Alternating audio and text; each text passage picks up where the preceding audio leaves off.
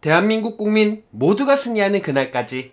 안녕하십니까, 알뜰맨입니다. 오늘도 빠르게 시황 따라잡기 시작하겠습니다. 은행주의 실적이 발표되면서 시장에 부담을 주었지만 3대 지수는 상승과 하락, 보합을 보여주었습니다.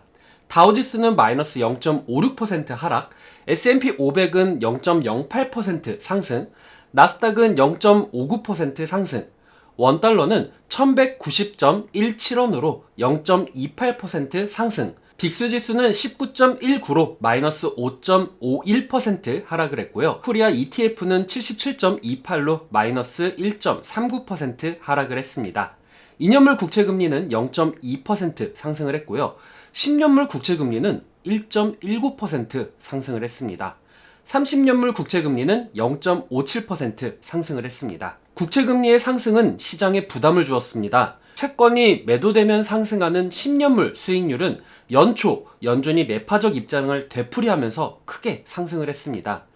대차 대조표 축소에 대한 논의와 올해 3번의 금리 인상의 시사로 이미 연준은 긴축 정책을 잠재적으로 추가할 수 있습니다. 연준의 회의록 공개 이후에 파월과 브레이너드 연준 이사의 청문회 이후 3월 금리 인상 가능성이 크게 높아진 것이 시발점이 되었습니다. 존 윌리엄스 뉴욕 연은 총재도 이날 연준이 점진적으로 기준금리를 인상할 시기에 근접했다라고 이야기를 했습니다. 노동시장이 매우 강하다는 명백한 징후가 있는 만큼 금리 인상을 진행하기 위한 결정에 근접해가고 있다라고 이야기를 했습니다. 또한 제이미 다이먼 JP 모건 최고 경영자는 연준이 6에서 7회 정도 금리 인상을 단행할 수 있다라고 이야기를 했는데요. 이날 실적 컨퍼런스 콜에서 4회보다 더 많이 금리 인상될 가능성이 상당하다라면서 6번 혹은 7번의 금리 인상이 있을 수 있다라고 이야기를 했습니다. 연준은 25일에서 26일 FOMC 회의를 앞두고 블랙아웃 기간에 들어갑니다. 때문에 앞으로 조용한 장이 예상이 됩니다. 마카오 정부가 운영할 수 있는 카지노 수가 6개로 제한될 것이다 라고 발표가 되면서 카지노주들이 상승을 했습니다. 라스베가스 샌즈는 14.1%, 윈 리조트는 8.6% 상승을 했습니다. 웰스파고는 3.6% 상승을 했는데요. 4분기 순이익이 1.15달러로 예상치 1.13달러보다 상회되는 수치다라고 발표를 했고 전년도 대비해서 86% 상승이 되었다라는 발표와 함께 상승이 되었는데요. 은행이 팬데믹 기간 동안에 광범위한 대출 손실을 방지하기 위해서 따로 마련한 8억 7,500만 달러의 준비금 해제가 도움이 되었다라고 합니다. 가상화폐인 도지코인이 일론 머스크가 자사의 일부 상품을 도지코인으로 살 수 있다라고 밝히면서 15% 상승을 했는데요. 이에 맞춰서 테슬라도 1.75% 상승을 했습니다. 테슬라 자체적인 이슈에서는 사이버 트럭 생산이 내년 초로 미뤄질 수 있다는 보도가 나왔지만 도지코인 이슈로 인해서 소폭 같이 상승한 모습을 보여주었습니다. 하락 종목 이슈로는요. JP모건 체이스가 2년 만에 가장 적은 분기별 수익을 기록을 하면서 최고 재무 책임자가 컨퍼런스 콜에서 전사적 수익에 대한 가이던스를 하회한다. 경영진이 비용 증가와 월스트리트 수익의 완화에 역풍을 예상한다 라고 언급을 하면서 마이너스 6.1% 하회를 했습니다. 시티그룹은 회사가 분기별 수입과 매출에 대해 호조를 보였음에도 은행 지출 증가를 이유로 최근 분기의 순이익이 26% 감소한 32억 달러를 기록했다라고 보고를 하면서 주가가 1.2% 하락을 했습니다. 버스턴 비어 컴퍼니는 알코올 음료 회사가 공급망 문제와 관련된 높은 비용과 하드 셀처 브랜드의 성장 둔화를 이유로 연간 수익 전망을 하향 조정하면서 마이너스 8.1% 하락을 했습니다. 디즈니는 구겐하임이 스트리밍과 파크 부분의 이익 성장 둔화를 이유로 주식을 매수해서 중립으로 하향 조정을 했습니다. 또한 디즈니에 대한 목표 가격을 205달러에서 165달러로 낮췄는데요.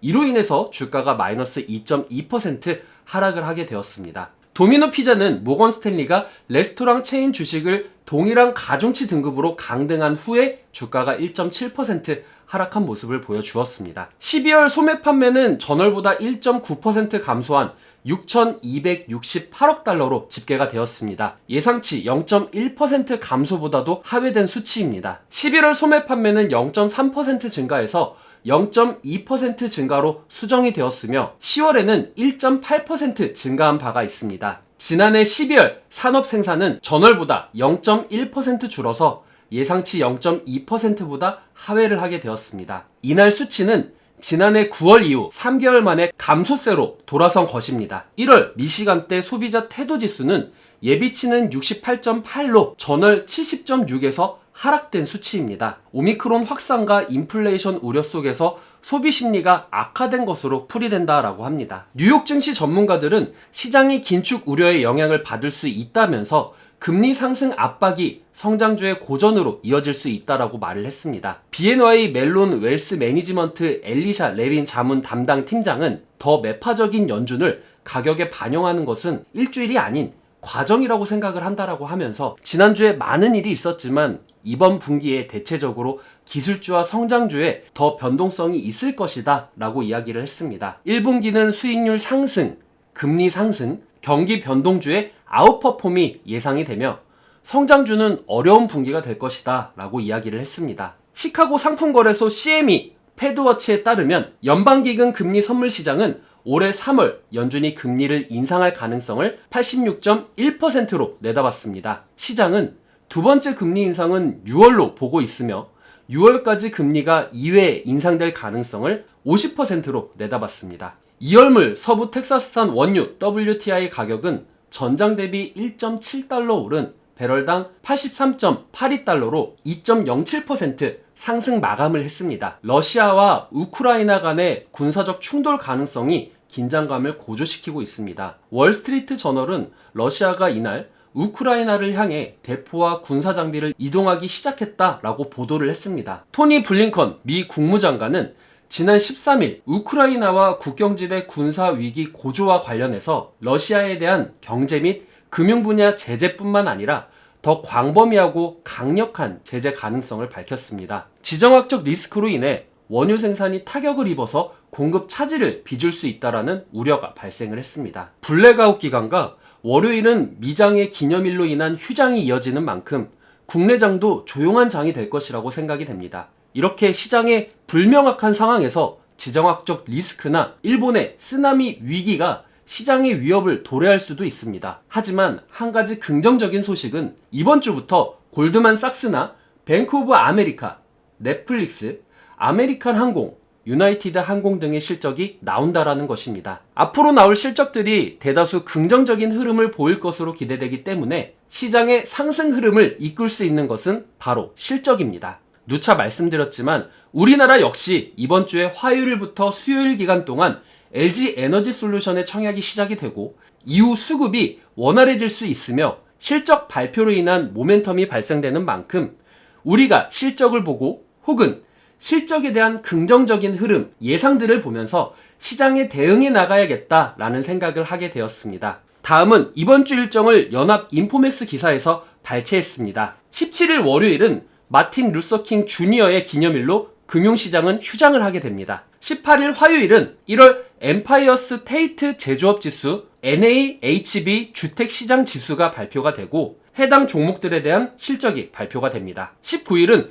12월 신규 주택 착공, 주택 착공 허가에 대한 지표가 발표가 되고 뱅크 오브 아메리카, P&G, 유나이티드 헬스 주식과 같은 해당 주식들의 실적이 발표가 됩니다. 20일 목요일은 1월 필라델피아 연은 제조업 지수와 주간 신규 실업 보험 청구자 수와 12월 기존 주택 판매에 대한 지표가 발표가 됩니다. 그리고 넷플릭스, 트래블러스, 유니언 퍼시픽, 아메리칸 항공 등과 같은 해당 주식들의 실적이 발표가 됩니다. 금요일은 12월 경기선행지수와 엘리 파이낸셜에 대한 실적이 발표가 됩니다. 해당 부분들을 참고하셔서 여러분들이 꼭 성투하시기를 바라겠습니다. 오늘의 내용 괜찮았다 생각되시는 분들은 하단에 구독과 좋아요, 알람 설정을 눌러주시면 제가 영상을 만드는데 큰 힘이 될 것 같습니다. 언제나 여러분들의 성공 투자를 기원합니다. 시청해주신 여러분들 감사합니다.